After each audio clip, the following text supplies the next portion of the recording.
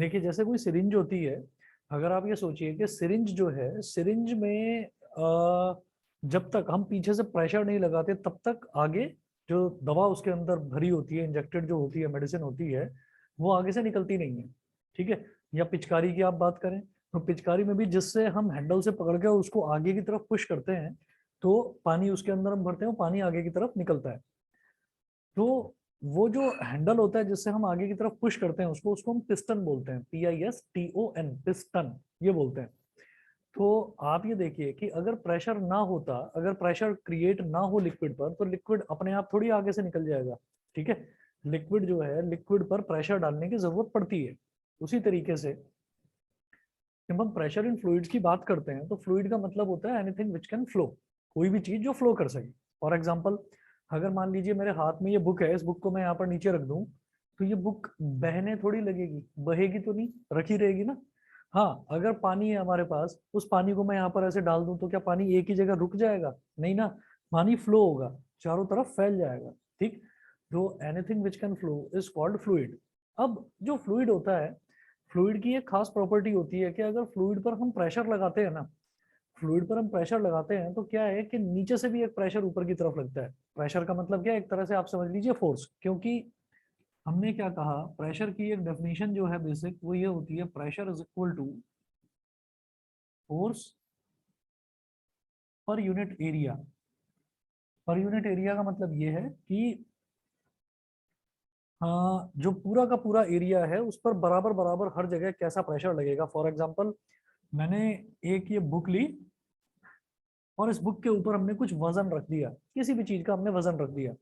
तो हमने वजन रखा, तो वजन यानी कि वेट, और वेट का मतलब भी प्रेशर ही, वेट का मतलब भी फोर्स ही होता है, क्योंकि वेट की यूनिट भी न्यूटन होती है। तो उसी तरीके से हमने ये कहा कि अगर हमने कहीं इसके ऊपर कोई वजन रख दिया, यानी कि हम अगर इस पर फोर्स लगा रहे हैं, तो ऐसा नहीं है कि ये एक कॉर्नर से दब जाए और दूसरे कॉर्नर से ना दबे, ये बराबर बराबर पूरी की पूरी ही बुक दबेगी। ठीक है। तो उसको हम बोलते हैं फोर्स पर यूनिट एरिया, यानी कि सारे एरिया पर जो प्रेशर लगेगा, जो फोर्स लगेगी, वो इक्वली लगेगी, इक्वली डिस्ट्रीब्यूटेड होगा। अब ऐसे ही हमने कई बार ये देखा है कि अगर मान लीजिए हमने कोई भारी सा ऑब्जेक्ट लिया और उसको, स्विमिंग पूल का हम एक एग्जांपल लेते हैं, क्योंकि नदी वगैरह तो हमारे आसपास कहीं है नहीं। ठीक।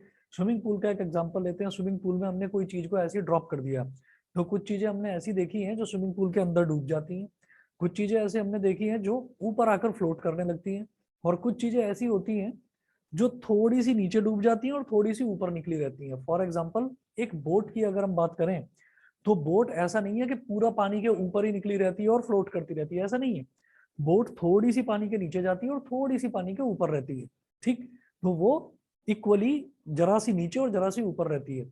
कुछ चीजें ऐसी हैं, फॉर एग्जाम्पल एक पत्थर लिया, पत्थर को पानी पर फेंक दिया, तो क्या पत्थर तैरेगा? थोड़ी, पत्थर तो डूब जाता है। ठीक। तो ये जो चीजें हैं, ये किस चीज पर डिपेंड करती हैं? ये डिपेंड करती हैं बॉयंट फोर्स पर। बॉयंट फोर्स का मतलब होता है कि जो लिक्विड है, लिक्विड भी एक अपवर्ड फोर्स लगाता है, जिसको हम अप थ्रस्ट बोल सकते हैं। थ्रस्ट का मतलब भी फोर्स ही होता है। फोर्स बोलो या थ्रस्ट बोलो, एक ही बात है। ठीक है, सिनोनिम है एक दूसरे के। तो आप यहाँ पर प्रेशर इन फ्लूइड्स में सबसे पहले नोट करेंगे buoyancy,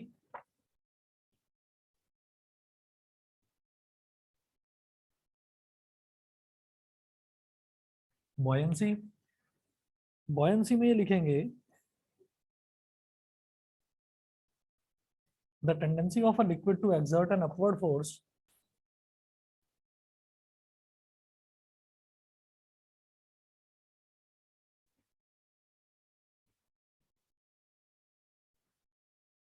the tendency of a liquid to exert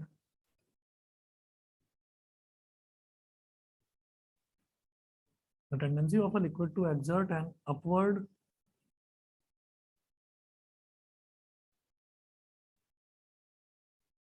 the tendency of a liquid to exert an upward force to exert an upward force on an object placed in it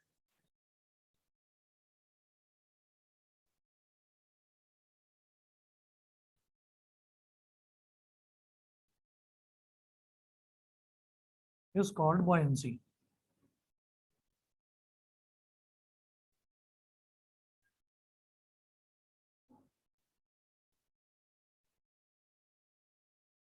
is called buoyancy.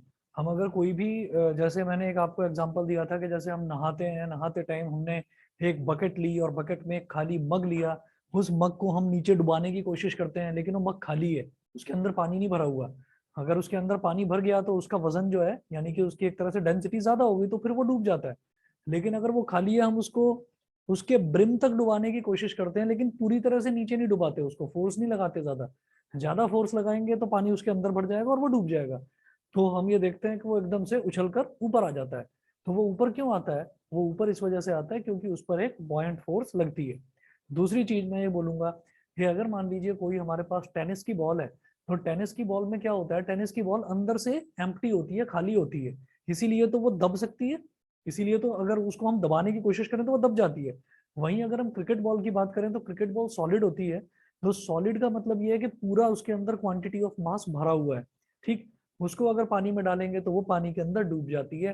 Tennis की ball क्योंकि अंदर से खोखली है, तो उसकी density कम है, तो वो पानी के ऊपर फ्लोट करती रहती है। ठीक है। तो बॉयंसी किस तरीके से लगती है? अगर किसी ऑब्जेक्ट की डेंसिटी कम है तो उस पर बॉयंसी ज्यादा लगेगी, बॉयंट फोर्स ज्यादा लगेगी, तो वो ऊपर फ्लोट करेगी। अगर किसी की डेंसिटी ज्यादा है, जैसे कि क्रिकेट बॉल, उसकी डेंसिटी ज्यादा है, तो वो क्या होगी, वो डूब जाएगी एकदम। पत्थर जो है, पत्थर खोखला तो नहीं होता ना अंदर से, पत्थर भारी होता है, पूरा भरा हुआ क्वांटिटी ऑफ मास होती है उसके अंदर, तो वो पूरी तरीके से डूब जाता है अंदर। वहीं हम अगर बात करें फुटबॉल की, तो फुटबॉल का बड़ा साइज होता है। तो फुटबॉल का बड़ा साइज है, लेकिन अगेन अंदर से खाली होती है, खोखली होती है। ठीक है, हवा भरी रहती है अंदर, तो उसकी भी डेंसिटी कम है। तो फुटबॉल को पानी के अंदर फेंक कर देखो, तो वो भी पानी के ऊपर फ्लोट करेगी, वो भी डूबेगी नहीं, सिंक नहीं करेगी। तो ये चीजें जो हैं, ये बॉयंसी उन्हीं चीजों पर काम करेगी जिनकी डेंसिटी उनके पानी के हिसाब से कम है। अगर उसकी डेंसिटी ज्यादा होगी तो वो डूब जाएगी। ठीक है। तो बॉयंसी क्या होती है कि लिक्विड की एक टेंडेंसी होती है कि किसी भी चीज को अगर हम उसके अंदर इमर्स करें, डुबाने की कोशिश करें, तो लिक्विड उस पर एक अपथ्रस्ट यानी कि ऊपर लगने वाली फोर्स लगाता है। This is called buoyancy. अच्छा।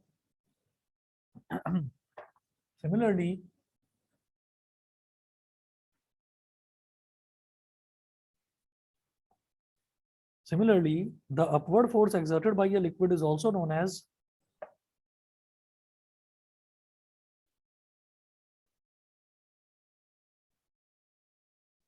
similarly the upward force exerted by a liquid on an object exerted by a liquid on an object is also called up thrust। thrust का मतलब फोर्स होता है, up thrust और buoyant force।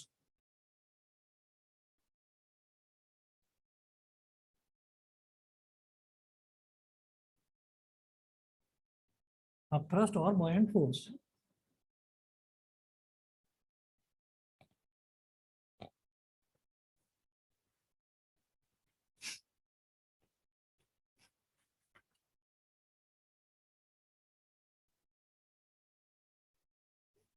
उसके बाद next note करेंगे factors affecting buoyant force।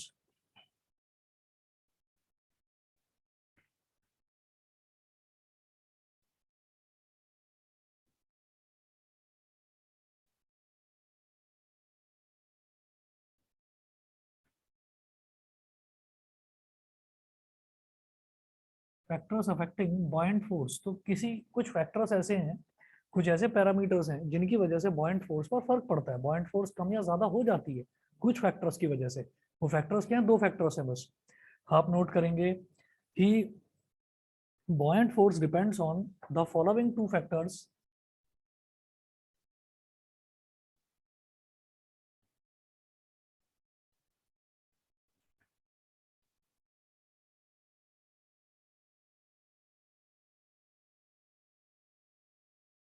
buoyant force depends on the following two factors.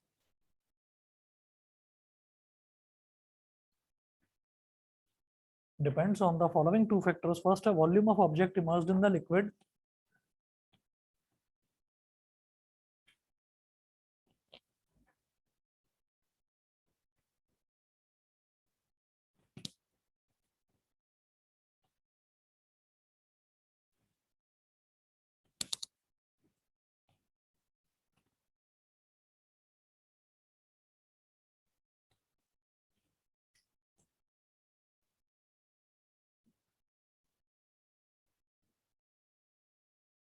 Volume of object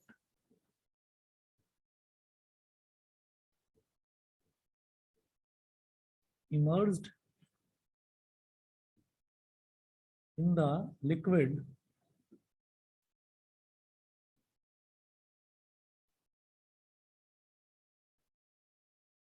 volume of object immersed in the liquid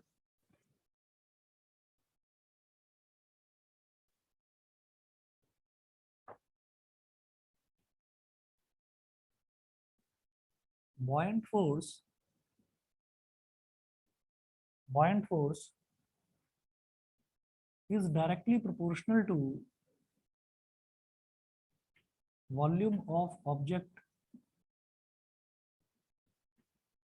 immersed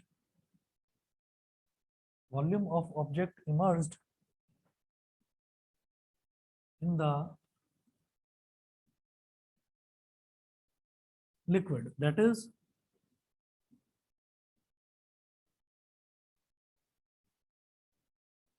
greater the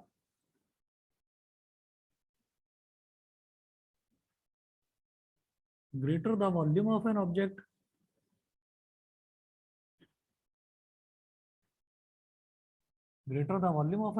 greater is the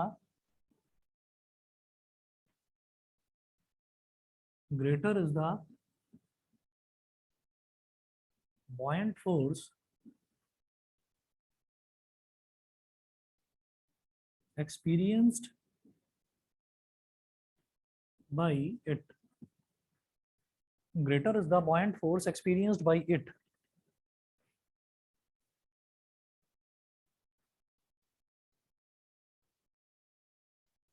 समझ गए? Directly proportional का मतलब ये है कि अगर मान लीजिए मैंने किसी ऑब्जेक्ट की वॉल्यूम को बढ़ा दिया, ठीक है, वॉल्यूम को बढ़ाने का मतलब क्या, एक तरह से आप समझिए कि धीरे धीरे उसका आप साइज बढ़ा रहे हैं, तो जितना ज्यादा उसका साइज या जितनी ज्यादा उसकी वॉल्यूम बढ़ती चली जाएगी, उतना ज्यादा उस पर बॉयंट फोर्स भी इंक्रीज होती चली जाएगी। सही है, समझ गए? तो उतना ज्यादा मतलब ऐसा नहीं है कि एक छोटी सी नाव जो है वो तो पानी में अच्छे से तैरेगी, अच्छे से फ्लोट करेगी, लेकिन अगर एक बहुत बड़ा शिप है तो वो पानी में अच्छे से नहीं फ्लोट कर पाएगा। इसीलिए ये कहा जाता है कि अगर आप किसी एक छोटी सी नाव में बैठे हुए हैं तो वहां पर आपको वाइब्रेशन, मूवमेंट वो ज्यादा एहसास होगा उस चीज का। और बहुत बड़ा बड़ा जो बड़े बड़े जो शिप्स होते हैं, उन बड़े बड़े शिप्स पर 4 4 5 5 फ्लोर की बिल्डिंग भी बना दी जाती है, और उसके अंदर लोग क्रूज पर जाते हैं, वहां पर होटल्स होते हैं। ठीक है, तो बहुत सारी ऐसी चीजें हैं कि जो इस कॉन्सेप्ट पर डिपेंड करती है कि जैसे जैसे जैसे जैसे हम वॉल्यूम बढ़ाते चले गए, किसी भी छोटी सी बोट की वॉल्यूम बढ़ाते गए बढ़ाते गए बढ़ाते गए, स्टीमर बढ़ा दिया उसका, स्टीमर से बढ़ाते बढ़ाते उसको शिप बना दिया, तो जब वो शिप बन गया तो शिप में वाइब्रेशंस बोट के कंपैरिजन में बड़े कम होते हैं। हालांकि वहां पर भी हम होते तो पानी के ऊपर ही हैं, लेकिन पानी की वाइब्रेशंस जो हैं, क्योंकि उसका वॉल्यूम इतना ज्यादा है, उस पर एहसास ही नहीं होता उस चीज का। समझ गए? तो जितना ज्यादा वॉल्यूम होगा अप थ्रस्ट भी उतना ही ज्यादा लगेगा, उतनी ज्यादा स्टेबिलिटी बढ़ती है कि उतना ज्यादा अप थ्रस्ट लग रहा है, तो इसका मतलब आप सेफ रहेंगे जितने बड़े शिप पर आप रहेंगे। ठीक है, ये चीज समझ में आ गई। दूसरा सेकंड जो इसका फैक्टर है वो क्या है? सेकंड फैक्टर है density of the liquid.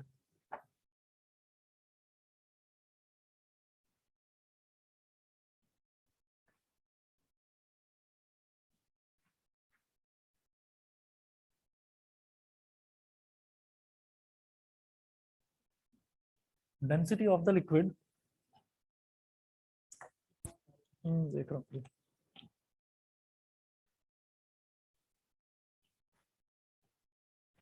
Density of the liquid, इसमें आप नोट करेंगे has density of the liquid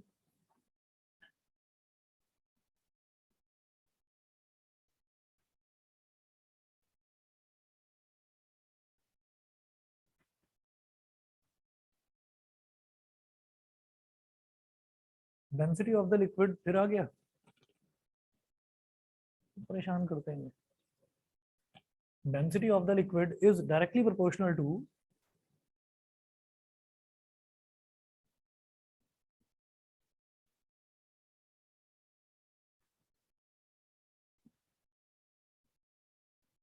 density of the liquid is directly proportional to buoyant force, कि भाई जो डेंसिटी है लिक्विड की वो भी बॉयंट फोर्स के डायरेक्टली प्रोपोर्शनल होती है। ठीक है, तो इसमें भी हम ये देखते हैं कि जितना ज्यादा आप लिक्विड की डेंसिटी बढ़ाते जाएंगे उतना ही ज्यादा आप थ्रस्ट मिलता जाएगा आपको। फॉर एग्जाम्पल, एक कंटेनर में शहद ले लीजिए, शहद होता है हनी। हनी भी क्या है, हनी भी तो एक फ्लूइड है, लेकिन उसकी डेंसिटी बहुत ज्यादा है, बहुत गाढ़ा है। आप जो स्पून होता है, स्पून को धीरे से उसके ऊपर रख दो, क्या वो डूबेगा? वो डूबेगा नहीं, उसी के ऊपर टिका रहेगा। समझ गए? हाँ, आपने जबरदस्ती हाथ से उसको, स्पून को डुबाने की कोशिश करी तो फिर तो वो डूब ही जाएगा। फिर उसके बाद आप धीरे धीरे धीरे धीरे उसको घुमा पाओगे, आप ज्यादा ताकत भी नहीं लगा पाओगे उसके अंदर। क्यों? क्योंकि उसकी डेंसिटी बहुत ज्यादा है। ठीक है, तो density of the liquid is directly proportional to buoyant force. एक बहुत अच्छा एग्जाम्पल है, इसमें मैं लिख रहा हूँ एग्जाम्पल, जो कि सोच कर लगता है कि नहीं ऐसा तो नहीं होना चाहिए, लेकिन पहले लिखिए। दैट्स वाई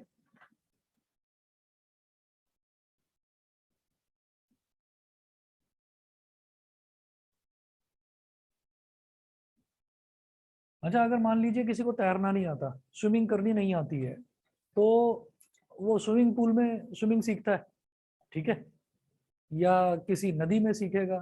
कोई समंदर में भी सीखता है क्या? कोई समंदर में, सी में कोई सीखता है क्या जाके स्विमिंग करना? नहीं सीखता ना। हाँ, बताओ बताओ बताओ।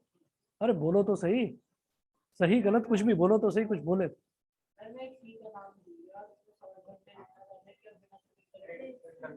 ठीक है ना, मैं वही चीज बता रहा था जो तुम कह रहे हो। ठीक है, इतना आसान होता है समंदर में। अरे कोई भी सी हो यार, कोई भी सी हो। अब मेरी बात सुनिए, आप किसी सी के नाम की जरूरत नहीं है। किसी भी समंदर की अगर हम बात करें, हाँ, उसमें सॉल्ट ज्यादा होता है, उसमें सैंड ज्यादा होता है, उसमें उसकी इस वजह से आप ये सोचिए कि पानी है, नॉर्मल पानी है, उस नॉर्मल पानी में नमक को घोल दो तो क्या हो गया, उसकी डेंसिटी बढ़ गई। उसमें थोड़ा सा सॉल्ट घोल दो, उसकी डेंसिटी और बढ़ गई। तो जो समंदर है, समंदर में कभी कोई डूबता नहीं है। समंदर में कोई डूबता नहीं है। हाँ, ये है कि बहते बहते न जाने कहाँ चला जाए, ये पता नहीं कि डूबा तो, या समंदर में वो खो गया था। और आपने देखा भी होगा, कई बार फिल्मों में भी देखा होगा कि समंदर में लोग ऐसे भागते भागते भागते भागते आगे तक चले जाते हैं। ठीक है, इसका मतलब ये नहीं है कि वो पानी पर चल पा रहे हैं।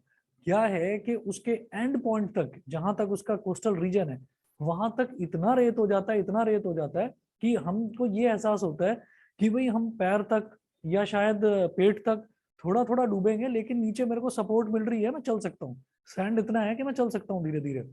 और आगे भी समंदर जो है, बीच में जाके गहरा जरूर हो जाता है, लेकिन उसका सॉल्ट कंटेंट कम नहीं होता, तो कोई डूबता नहीं है समंदर में। बस ये होता है कि समंदर में आदमी फ्लो करते करते लहरों के साथ कितना दूर चला जाए। इंडिया में डूबा था, पाकिस्तान पहुंच गया, ठीक है, चाइना पहुंच गया, तो ये नहीं कहा जा सकता। ठीक है, तो इस वजह से समंदर में तैरना मुश्किल नहीं होता, समंदर में कोई डूब के नहीं मरता। इतना जरूर है कि भाई आप एक जगह से दूसरी जगह कहीं पहुंच जाएंगे और आपको किनारा नहीं मिलेगा, क्योंकि किनारा ही नहीं है, दूर दूर तक पानी ही पानी है। इस वजह से आदमी परेशान हो जाकर, ऑक्सीजन की कमी हो जाती है, मुंह में सब जगह पानी भर जाता है, फिर आदमी मर जाता है। ये होता है। ठीक है, लेकिन उसके बावजूद भी कोई डूबता नहीं है समंदर में। तो वही चीज है यहाँ पर, that's why it is very easy to swim in a sea, because density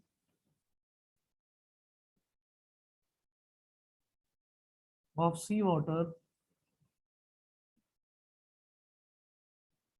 is very high as compared to normal water। हाँ, जो छोटे लेक्स होते हैं, कैनाल होती है, रिवर होती है, वहां पर ये चीज नहीं है। क्यों? क्योंकि वहां सॉल्ट कंटेंट इतना नहीं होता। और स्विमिंग पूल में तो बिल्कुल भी नहीं होता। स्विमिंग पूल में तो बहुत ज्यादा प्योर साफ सुथरा पानी रखा जाता है, तो वहां तो बिल्कुल ही नहीं होता। तो स्विमिंग पूल में तो डूबकर जान जाने के चांसेस बहुत ज्यादा होते हैं, अगर किसी को तैरना नहीं आता। ठीक है, तो अगर किसी ने स्विमिंग पूल में तैरना सीखा है, स्विमिंग करनी सीखी है, तो उसके लिए समंदर में या नदी में तैरना बड़ा आसान है। ठीक है, चलिए खैर, उसके बाद आगे देखते हैं आर्किमिडीज प्रिंसिपल। नेक्स्ट नोट करें।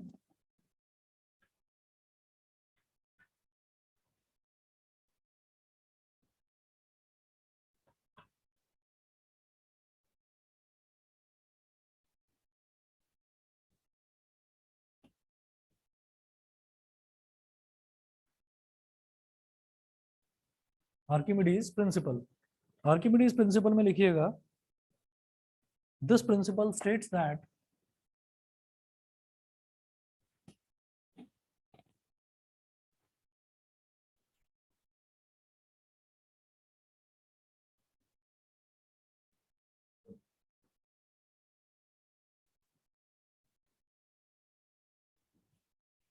this principle states that when an object is wholly or partially immersed in a liquid,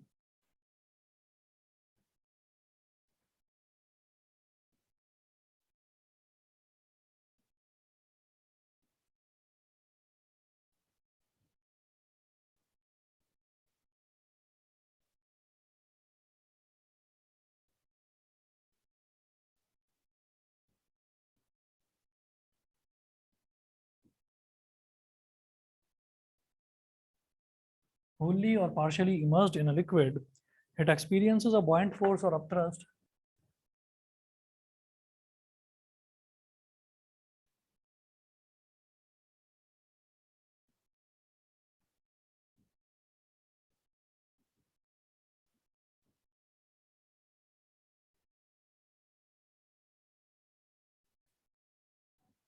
it experiences a buoyant force or upthrust which is equal to the weight of the liquid displaced by the object.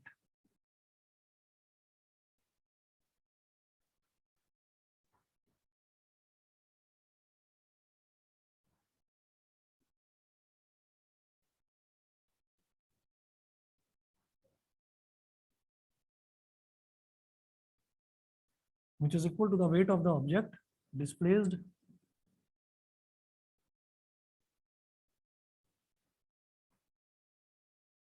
weight of the liquid, sorry, which is equal to the weight of the liquid displaced by the object.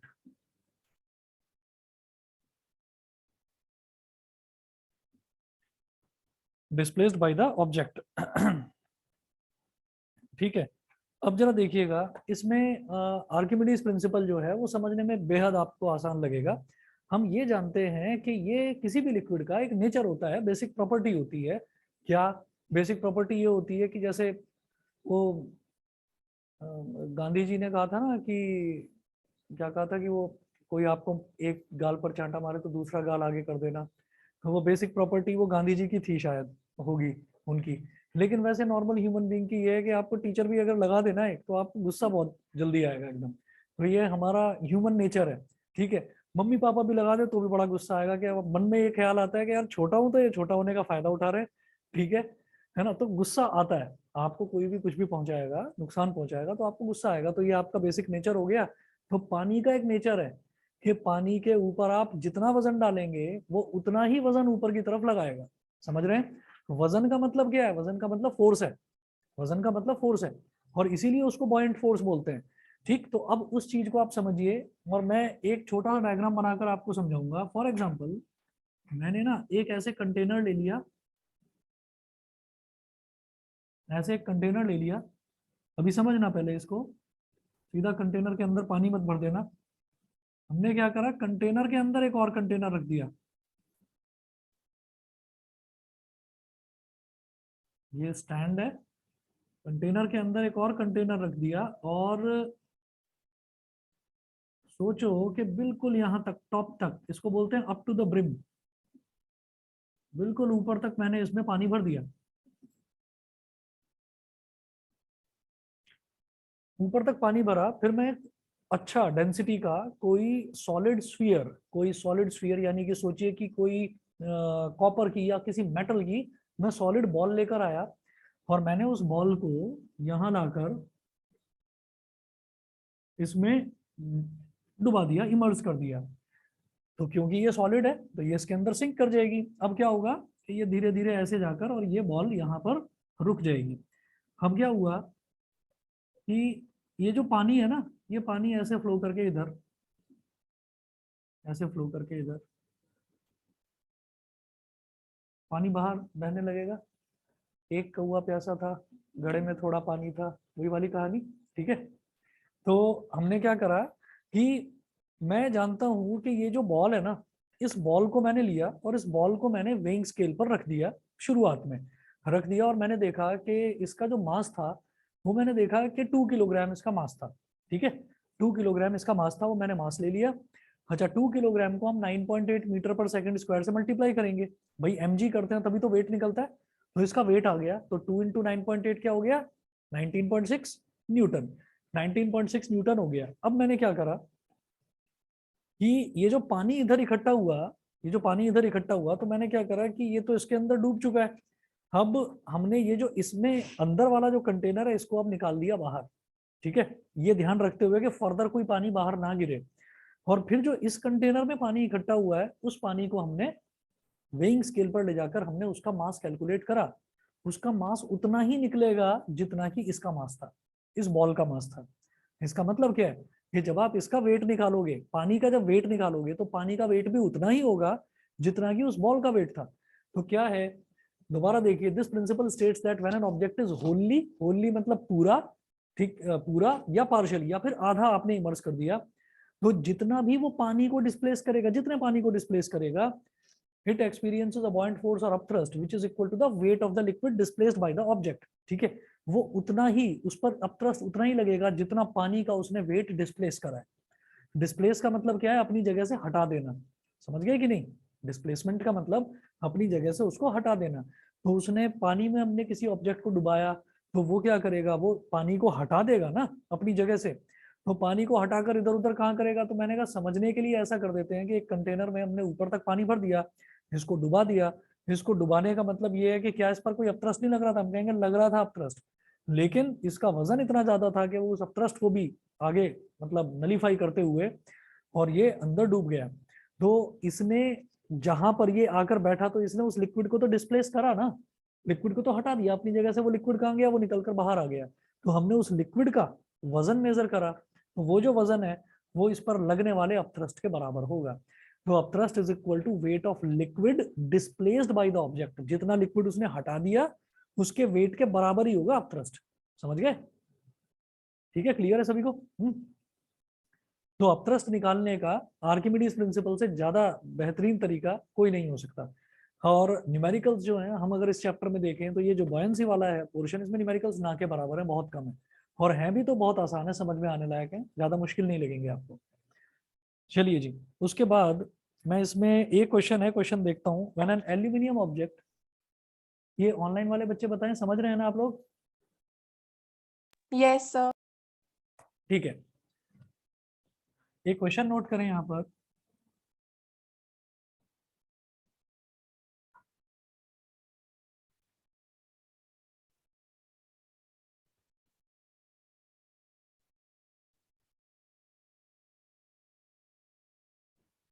When an aluminium object is immersed in water, it displaces 5 kilogram of water. Is immersed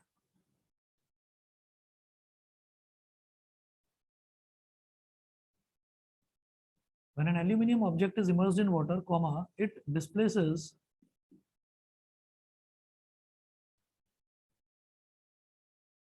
5 kilogram. It displaces 5 kilogram of water. Full stop. How much is the buoyant force acting on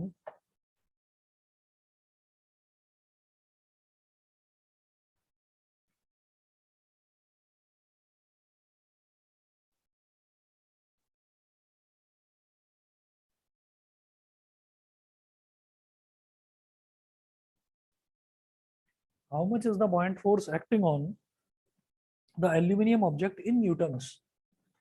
Acting on the aluminium object in newtons.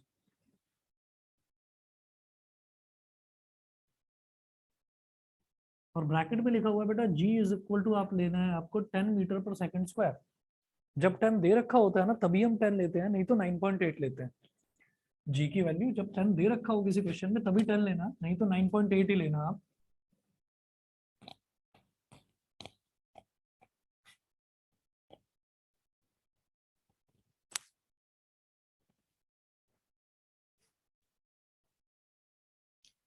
When an aluminum object is immersed in water, it displaces 5 kilogram of water, ठीक है।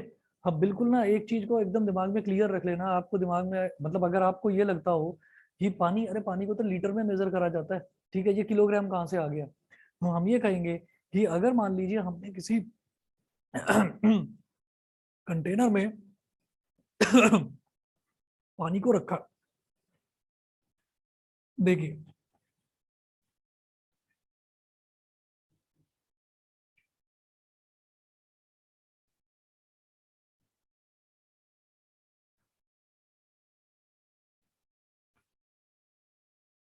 मान लो इस container के अंदर हमने पानी को रखा और मान लीजिए इसका जो वॉल्यूम है वो 1 लीटर था, इसको आपने रख दिया वेइंग स्केल पर।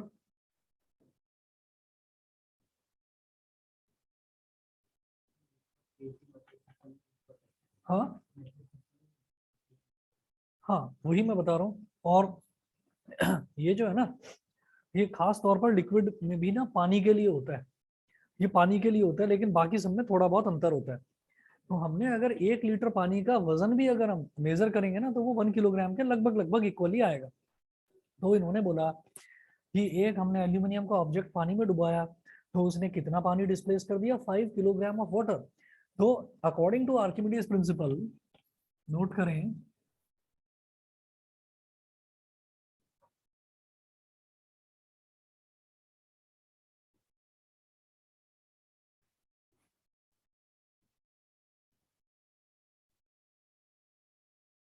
According to Archimedes principal,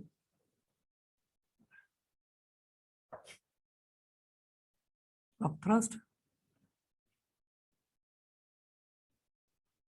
is equal to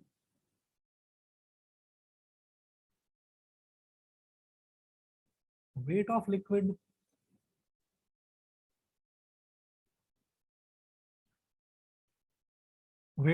displaced by the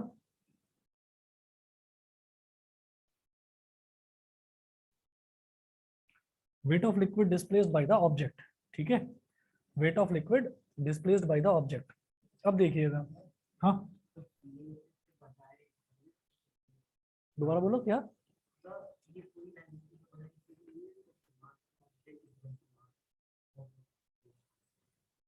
मास नहीं लिखेंगे आप अपथ्रस्ट लिखेंगे ना, अपथ्रस्ट बोला है ना उन्होंने। ठीक है, तो wait of liquid displaced by the object, अब लिक्विड का मास तो 5 किलोग्राम है और वेट कितना हो जाएगा, m×g, 5 × 10 मतलब 50 न्यूटन। तो अपथ्रस्ट कितना लग रहा है, 50 न्यूटन लग रहा है। ठीक है,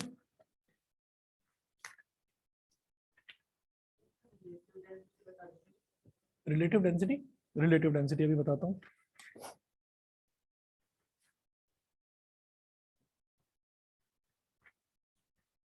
अगला टॉपिक नोट करेंगे, डेंसिटी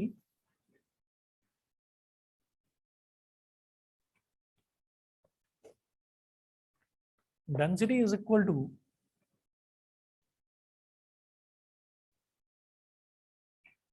मास अपॉन वॉल्यूम। तो एसआई यूनिट ऑफ डेंसिटी,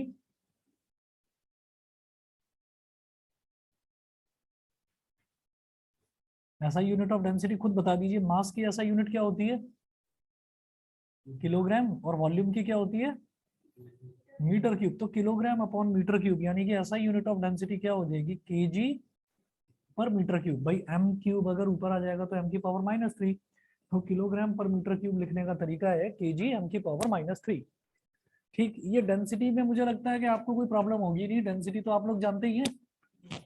किसी भी ऑब्जेक्ट का अगर मास पता है और वॉल्यूम पता है तो मास अपॉन वॉल्यूम उसकी डेंसिटी हो गई। अब बात करेंगे रिलेटिव डेंसिटी की, कि रिलेटिव डेंसिटी क्या है।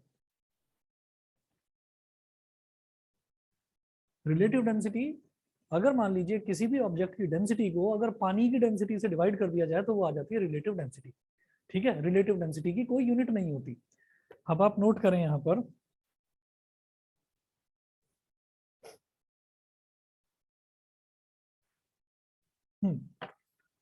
नोट करके लिखेंगे, डेंसिटी ऑफ वाटर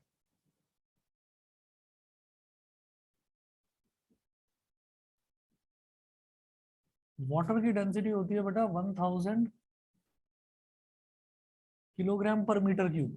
ठीक है, अगर किलोग्राम पर मीटर क्यूब में पूछा जा रहा है तो डेंसिटी ऑफ वाटर होगी किलोग्राम पर मीटर क्यूब, और ग्राम पर सेंटीमीटर क्यूब में होगी 1 ग्राम पर सेंटीमीटर क्यूब। ये दोनों याद रखनी है और कोई मुश्किल तो नहीं है याद रखना। 1000 किलोग्राम पर मीटर क्यूब हो गया, ये तो हो गया ऐसा ही यूनिट में। और अगर सीजीएस सिस्टम में देखा जाए तो सीजीएस में ग्राम और सेंटीमीटर होता है, तो 1 ग्राम पर सेंटीमीटर क्यूब। ठीक है, इतना याद रखिएगा। अच्छा, उसके बाद में आप नोट करेंगे relative density.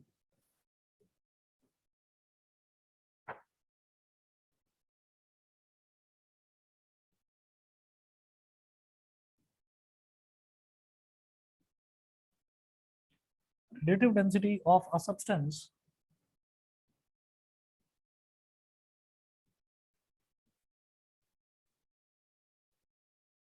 relative density of a substance is equal to density of the substance upon density of water.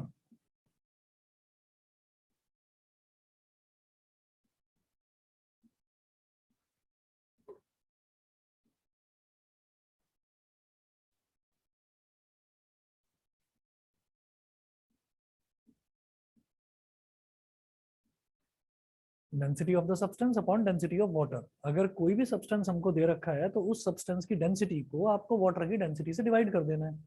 अच्छा, एक बात बताओ, ऊपर भी डेंसिटी और नीचे भी डेंसिटी, जब डेंसिटी को डेंसिटी से डिवाइड कर दिया तो इसकी यूनिट क्या होगी? कुछ भी नहीं होगी। ये एक रेशो है, ये एक रेशो है, ये यूनिटलेस क्वांटिटी है, इसकी कोई यूनिट नहीं होगी।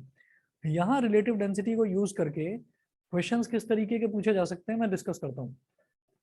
आप नोट करेंगे the relative density of silver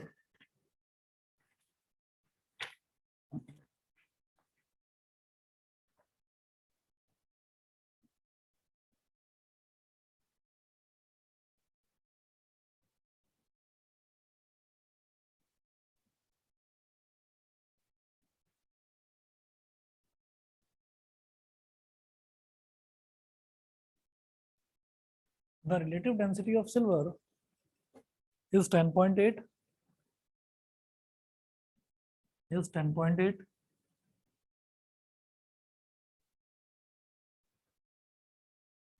comma calculate the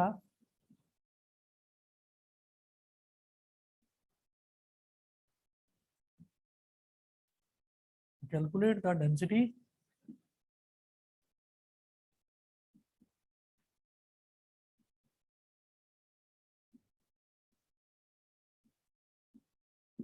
the relative density of silver is 10.8, comma calculate the density of silver in SI units। Density पूछ रहे हैं, ठीक है। तो आप ये देखिएगा,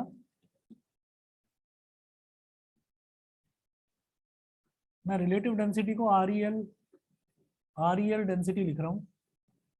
relative density is equal to density upon density of water. Density of silver लिखो ऊपर। अब सिल्वर की रिलेटिव डेंसिटी दे रखी है 10.8, और देखो कोई यूनिट नहीं दे रखी, रिलेटिव डेंसिटी की कोई यूनिट होती भी नहीं है, ठीक है। Is equal to density of silver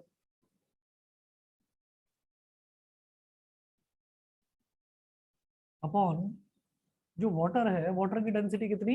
1000 kilogram पर मीटर क्यूब। याद रखना बेटा, ये होता है SI यूनिट, ठीक है, किलोग्राम पर मीटर क्यूब, और इसको बोलते हैं CGS यूनिट। CGS यूनिट का मतलब ये है C फॉर सेंटीमीटर, देखिए यहाँ पर सेंटीमीटर क्यूब है, G फॉर ग्राम, यहाँ पर मास ग्राम में होगा, and S for second, S for second. और ये जो SI है, SI की फुल फॉर्म होती है सिस्टम इंटरनेशनल, ठीक है, इंटरनेशनली यही एक्सेप्टेड यूनिट है, ठीक। तो density of silver upon density of water कितना? 1000 किलोग्राम पर मीटर क्यूब। लिखने की यहाँ जरूरत नहीं फॉर्मूले में। तो डेंसिटी ऑफ सिल्वर कितनी हो जाएगी? 10.8 में 1000 मल्टीप्लाई कर दो, बस। तो ये सिंपल सिंपल ही क्वेश्चंस हैं, इसमें कोई ज्यादा मुश्किल क्वेश्चंस नहीं है।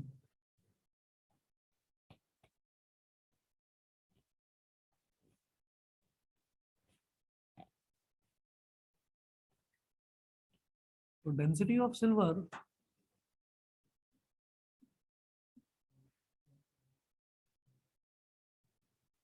Is equal to 10.8 into 1000।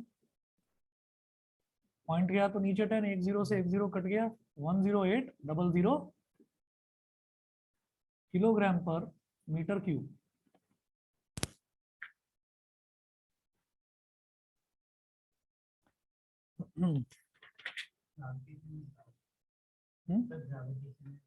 भाई बताता हूँ, पहले मैं एक बार ना ये कंप्लीट कराना चाह रहा हूँ, फिर करवाता हूँ।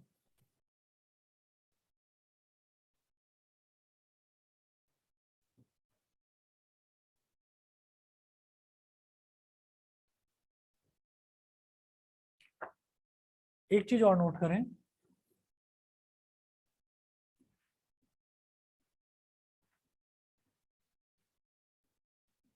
if the relative density of an object, if the relative density of an object is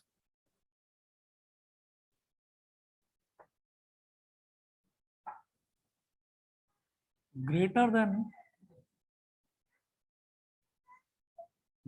1,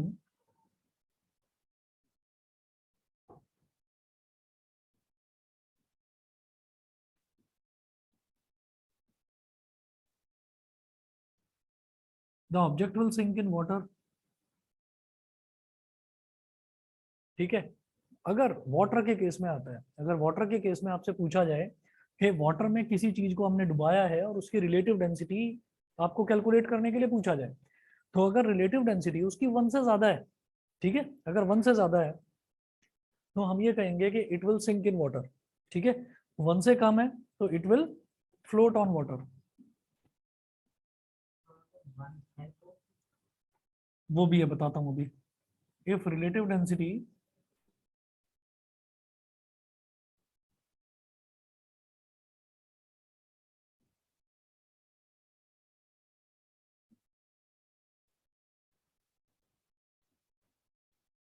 of an object is less than 1,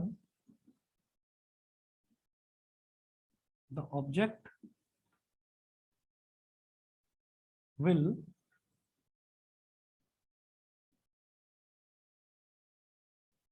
float on water। On water यानी कि ऊपर की तरफ फ्लोट करेगा।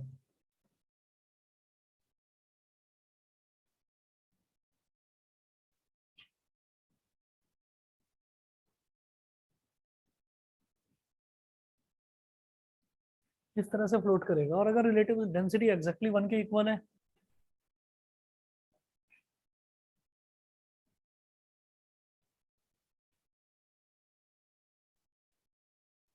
अगर 1 के इक्वल है तो आधा पानी के नीचे आधा पानी के ऊपर, ठीक है, मतलब थोड़ा डूबेगा भी थोड़ा फ्लोट भी करेगा, ऐसा हो जाएगा।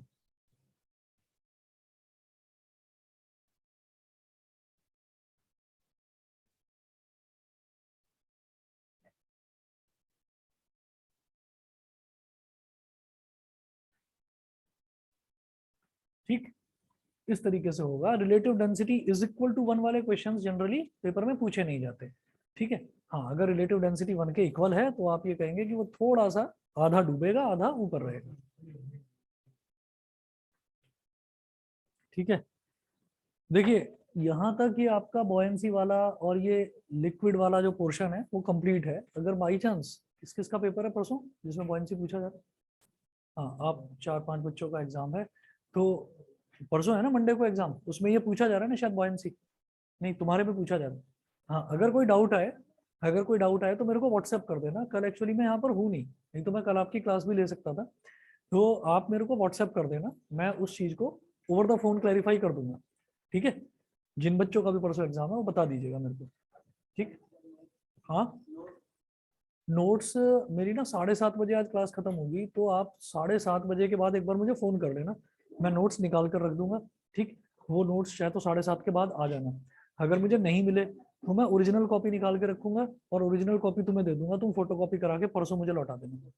ठीक है ना? हाँ, वो मुझे ढूंढना पड़ेगा, अभी मेरी ना अगले 2 घंटे क्लास है, तो मेरे को वो अलमीरा खोल कर निकालना पड़ेगा, तो सब डिस्टर्ब होगा, इसलिए 7:30 बजे के बाद मुझे एक बार कॉल कर लेना। ठीक है, विहान क्लियर है इतना? हाँ? कोई डाउट है ना, बिल्कुल बेझिझक पूछ लेना, फोन कर लेना मुझे डायरेक्ट कल, ठीक है? Thank you sir. Thank you sir. Okay okay.